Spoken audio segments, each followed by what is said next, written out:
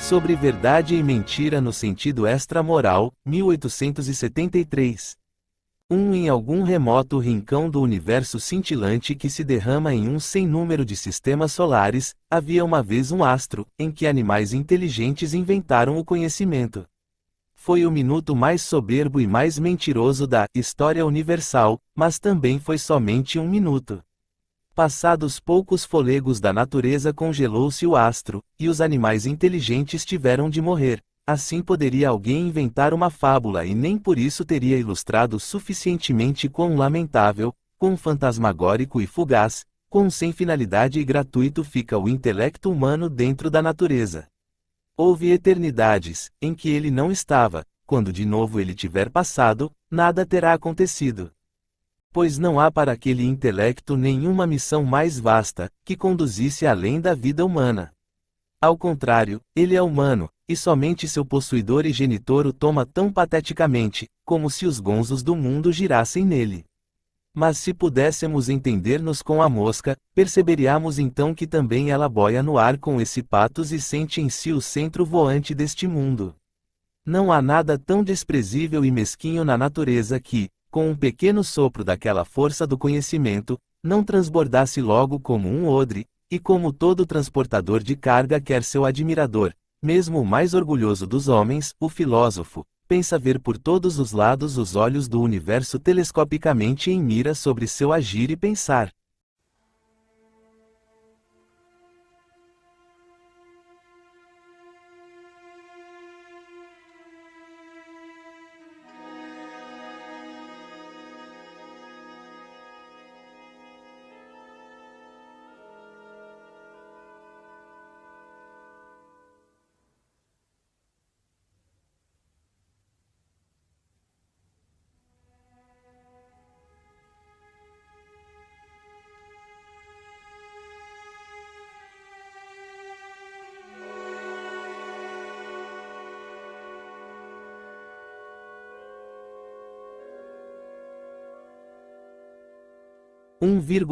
É notável que o intelecto seja capaz disso, justamente ele, que foi concedido apenas como meio auxiliar aos mais infelizes, delicados e perecíveis dos seres, para afirmá-los um minuto na existência, da qual, sem essa concessão, eles teriam toda a razão para fugir tão rapidamente quanto o filho de Lessing. Aquela altivez associada ao conhecer e sentir, nuvem de cegueira pousada sobre os olhos e sentidos dos homens, engana-os pois sobre o valor da existência, ao trazer em si a mais lisonjeira das estimativas de valor sobre o próprio conhecer.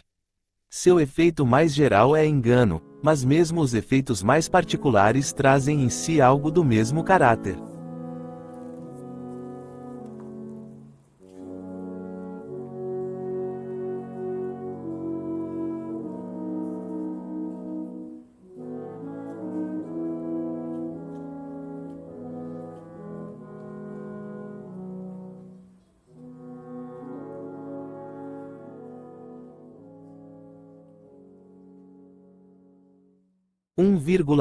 O intelecto, como um meio para a conservação do indivíduo, desdobra suas forças mestras no disfarce, pois este é o meio pelo qual os indivíduos mais fracos, menos robustos, se conservam, aqueles aos quais está vedado travar uma luta pela existência com chifres ou presas aguçadas. No homem essa arte do disfarce chega a seu ápice. Aqui o engano, o lisonjear, mentir e ludibriar, o falar por trás das costas, o representar, o viver em glória de empréstimo, o mascarar-se, a convenção dissimulante, o jogo teatral diante de outros e diante de si mesmo, em suma, o constante bater de asas em torno dessa única chama que é a vaidade, é a tal ponto a regra e a lei que quase nada é mais inconcebível do que como pôde aparecer entre os homens um honesto e puro impulso à verdade. Eles estão profundamente imersos em ilusões e imagens de sonho, seu olho apenas resvala às tontas pela superfície das coisas e vê formas, sua sensação não conduz em parte alguma à verdade, mas contenta-se em receber estímulos e como que dedilhar a um teclado às costas das coisas. Por isso o homem, à noite, através da vida, deixa que o sonho lhe minta, sem que seu sentimento moral jamais tentasse impedi-lo. No entanto, deve haver homens que pela força de vontade deixaram o hábito de roncar. O que sabe propriamente o homem sobre si mesmo? Sim, seria ele sequer capaz de alguma vez perceber-se completamente, como se estivesse em uma vitrina iluminada. Não lhe cala a natureza. Quase tudo, mesmo sobre seu corpo, para manter-o a parte das circunvoluções dos intestinos, do fluxo rápido das correntes sanguíneas, das intrincadas vibrações das fibras. Exilado e trancado em uma consciência orgulhosa, charlatã. Ela atirou fora a chave, e ai da fatal curiosidade que através de uma fresta foi capaz de sair uma vez do cubículo da consciência e olhar para baixo, e agora pressente o que sobre o implacável, o ávido, o insaciável, o assassino, repousa o homem, na indiferença de seu não saber, e como que pendente em sonhos sobre o dorso de um tigre. De onde neste mundo viria, nessa constelação, o impulso à verdade?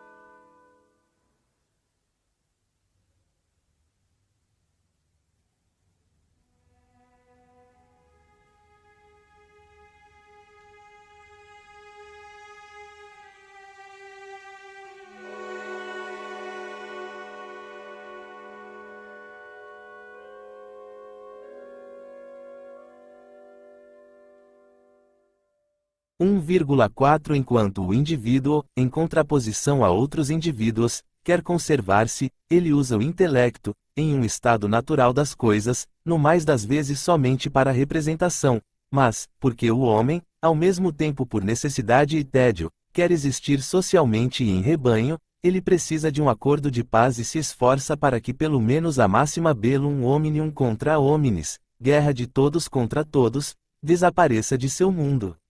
Esse tratado de paz traz consigo algo que parece ser o primeiro passo para alcançar aquele enigmático impulso à verdade.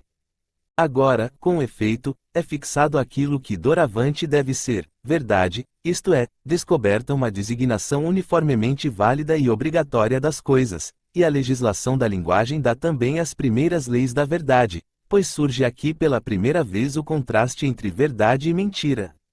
O mentiroso usa as designações válidas, as palavras, para fazer aparecer o não efetivo como efetivo. Ele diz, por exemplo, sou rico, quando para seu estado seja precisamente, pobre, a designação correta. Ele faz mau uso das firmes convenções por meio de trocas arbitrárias ou mesmo inversões dos nomes. Se ele o faz de maneira egoísta e de resto prejudicial, a sociedade não confiará mais nele e com isso o excluirá de si. Os homens, nisso, não procuram tanto evitar serem enganados, quanto serem prejudicados pelo engano. O que odeiam, mesmo nesse nível no fundo não é a ilusão, mas as consequências nocivas, hostis, de certas espécies de ilusões. É também em um sentido restrito semelhante que o homem quer somente a verdade, deseja as consequências da verdade que são agradáveis e conservam a vida. Diante do conhecimento puro sem consequências ele é indiferente, diante das verdades talvez perniciosas e destrutivas ele tem disposição até mesmo hostil. E além disso, o que se passa com aquelas convenções da linguagem? São talvez frutos do conhecimento, do senso de verdade. As designações e as coisas se recobrem? É a linguagem a expressão adequada de todas as realidades?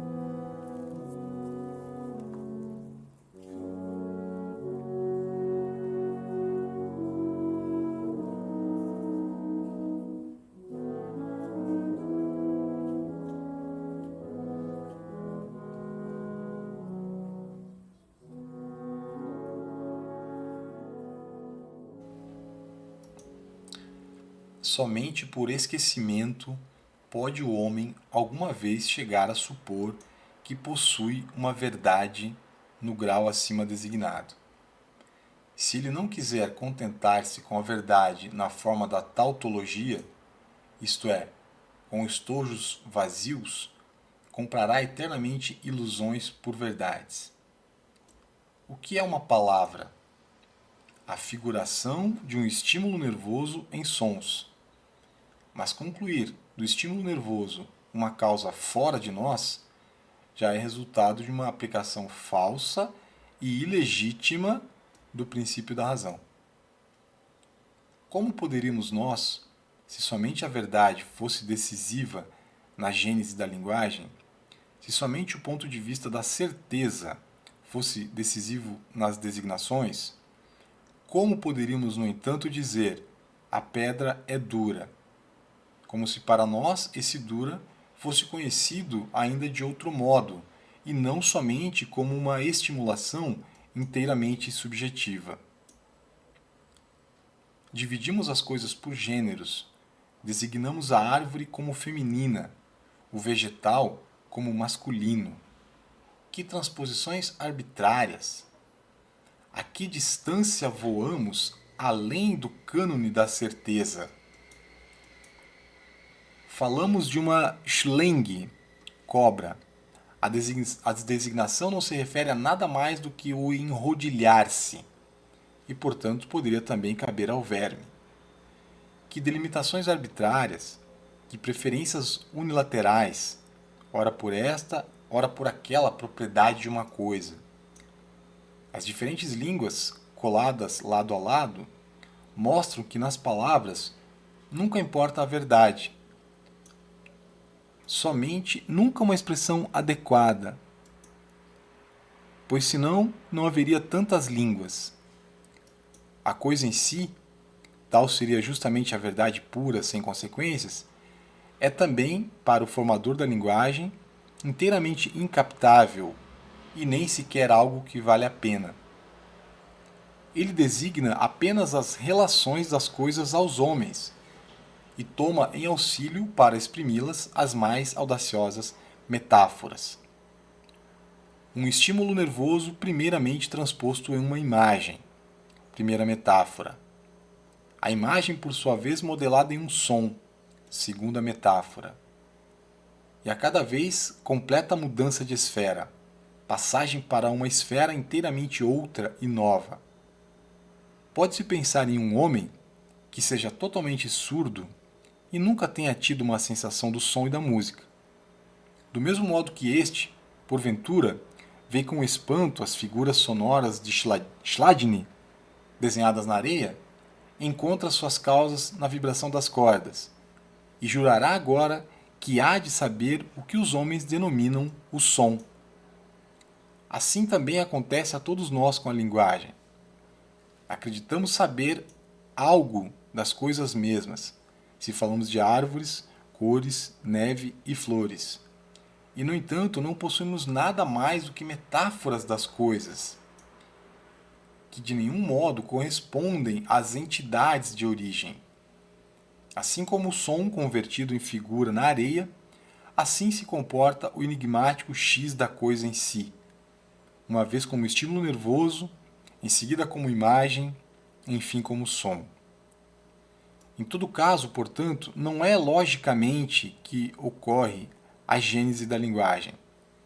E o material inteiro, no qual e com o qual mais tarde o homem da verdade, o pesquisador, o filósofo, trabalha e constrói, provém, se não da Cucolândia das nuvens, em todo caso, não da essência das coisas.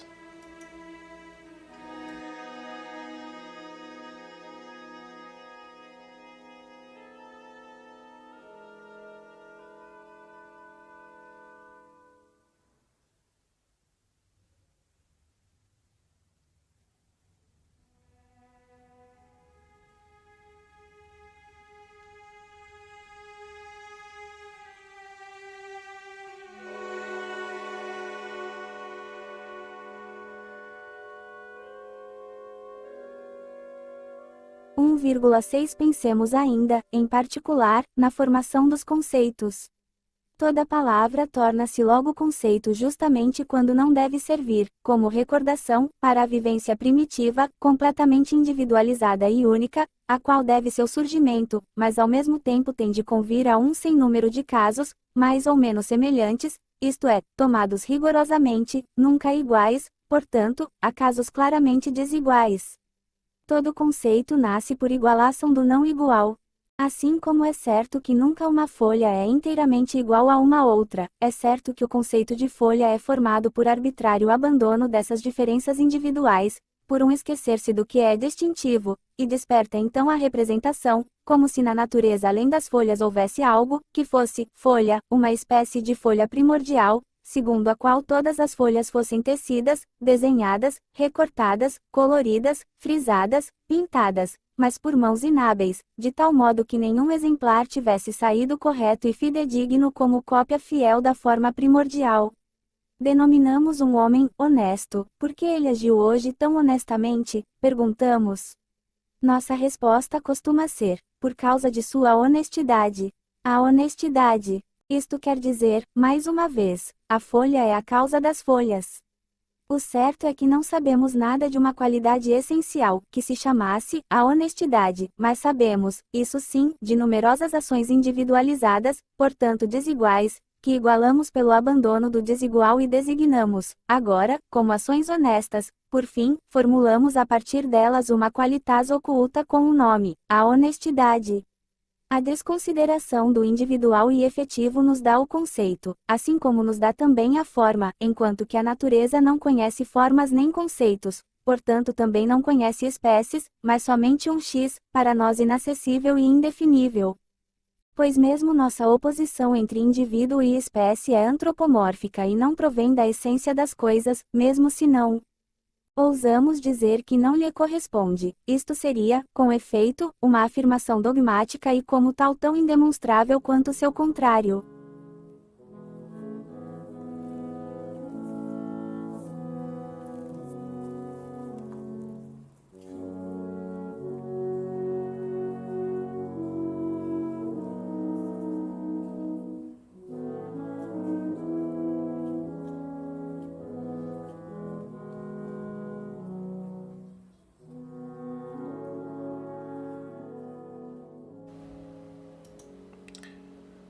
O que é a verdade, portanto? Um batalhão móvel de metáforas, metonímias, antropomorfismos, enfim, uma soma de relações humanas que foram enfatizadas poética e retoricamente, transpostas, enfeitadas e que, após longo uso, parecem a um povo sólidas, canônicas e obrigatórias. As verdades são ilusões, das quais se esqueceu que o são. Metáforas que se tornaram gastas e sem força sensível. Moedas que perderam sua efígie e agora só entram em consideração como metal, não mais como moedas.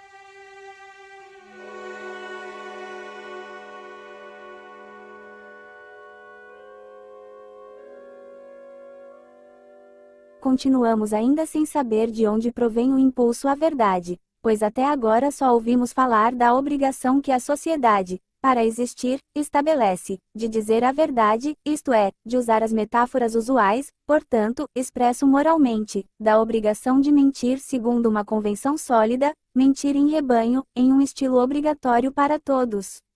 Ora, o homem esquece sem dúvida que é assim que se passa com ele, mente, pois, da maneira designada, inconscientemente e segundo hábitos seculares, e justamente por essa inconsciência, justamente por esse esquecimento, chega ao sentimento da verdade. No sentimento de estar obrigado a designar uma coisa como vermelha, outra como fria, uma terceira como muda, desperta uma emoção que se refere moralmente à verdade, a partir da oposição ao mentiroso, em quem ninguém confia, que todos excluem, o homem demonstra a si mesmo que há de honrado, digno de confiança e útil na verdade. Coloca agora seu agir como ser racional, sob a regência das abstrações, não suporta mais ser arrastado pelas impressões súbitas, pelas intuições, universaliza antes todas essas Impressões em conceitos mais descoloridos, mais frios, para atrelar a eles o carro de seu viver e agir. Tudo o que destaca o homem do animal depende dessa aptidão de liquefazer a metáfora intuitiva em um esquema de dissolver uma imagem em um conceito.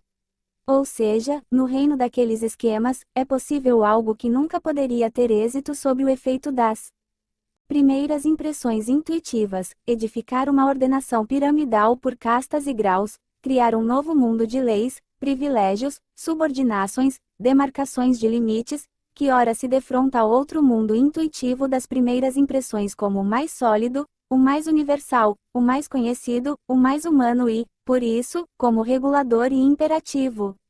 Enquanto cada metáfora intuitiva é individual e sem igual e, por isso, sabe escapar a toda rubricação, o grande edifício dos conceitos ostenta a regularidade rígida de um columbário romano e respira na lógica aquele rigor e frieza, que são da própria matemática. Quem é bafejado por essa frieza dificilmente acreditará que até mesmo o conceito, ósseo e octogonal como um dado e tão fácil de deslocar quanto este, é somente o resíduo de uma metáfora, e que a ilusão da transposição artificial de um estímulo nervoso em imagens, se não é a mãe, é pelo menos a avó de todo e qualquer conceito. No interior desse jogo de dados do conceito, porém, chama-se verdade, usar cada dado assim como ele é designado, contar exatamente seus pontos, formar rubricas corretas e nunca pecar contra a ordenação de castas e a sequência das classes hierárquicas. Assim como os romanos e etruscos retaulavam o céu com rígidas linhas matemáticas e em um espaço assim delimitado confirmavam um Deus, como em um templo, assim cada povo tem sobre si um tal céu conceitual matematicamente repartido e entende agora por exigência de verdade que cada Deus conceitual seja procurado somente em sua esfera. Pode-se muito bem, aqui, admirar o homem como um poderoso gênio construtivo, que consegue erigir sobre fundamentos móveis e como que sobre água corrente um domo conceitual infinitamente complicado. Sem dúvida, para encontrar apoio sobre tais fundamentos, tem de ser uma construção como que de fios de aranha, tão tênue a ponto de ser carregada pelas ondas. Tão firme a ponto de não ser espedaçada pelo sopro de cada vento. Como gênio construtivo o homem se eleva, nessa medida, muito acima da abelha, esta constrói com cera, que recolhe da natureza, ele com a matéria muito mais tênue dos conceitos, que antes tem de fabricar a partir de si mesmo. Ele é, aqui, muito admirável, mas só que não por seu impulso à verdade, ao conhecimento puro das coisas. Quando alguém esconde uma coisa atrás de um arbusto, vai procurá-la ali mesmo e a encontra, não há muito que gabar nesse procurar e encontrar. E é assim, que se passa com o procurar e encontrar da verdade, no interior do distrito da razão. Se forjo a definição de animal mamífero e em seguida declaro. Depois de inspecionar um camelo, vejam, um animal mamífero, com isso de certo uma verdade é trazida à luz, mas ela é de valor limitado, quero dizer, é cabalmente antropomórfica e não contém um único ponto que seja verdadeiro em si, efetivo e universalmente válido, sem levar em conta o homem. O pesquisador dessas verdades procura, no fundo, apenas a metamorfose do mundo em homem, luta por um entendimento do mundo como uma coisa à semelhança do homem e conquista, no melhor dos casos, o sentimento de uma assimilação. Semelhante ao astrólogo que observava as estrelas a serviço do homem e em função de sua sorte e sofrimento, assim um tal pesquisador observa o mundo inteiro como ligado ao homem, como a repercussão infinitamente refratada de um som primordial, do homem, como a imagem multiplicada de uma imagem primordial, do homem. Seu procedimento consiste em tomar o homem por medida de todas as coisas, no que, porém, parte do erro de acreditar que tem essas coisas imediatamente, como objetos puros diante de si. Esquece, pois, as metáforas intuitivas de origem, como metáforas, e as toma pelas coisas mesmas.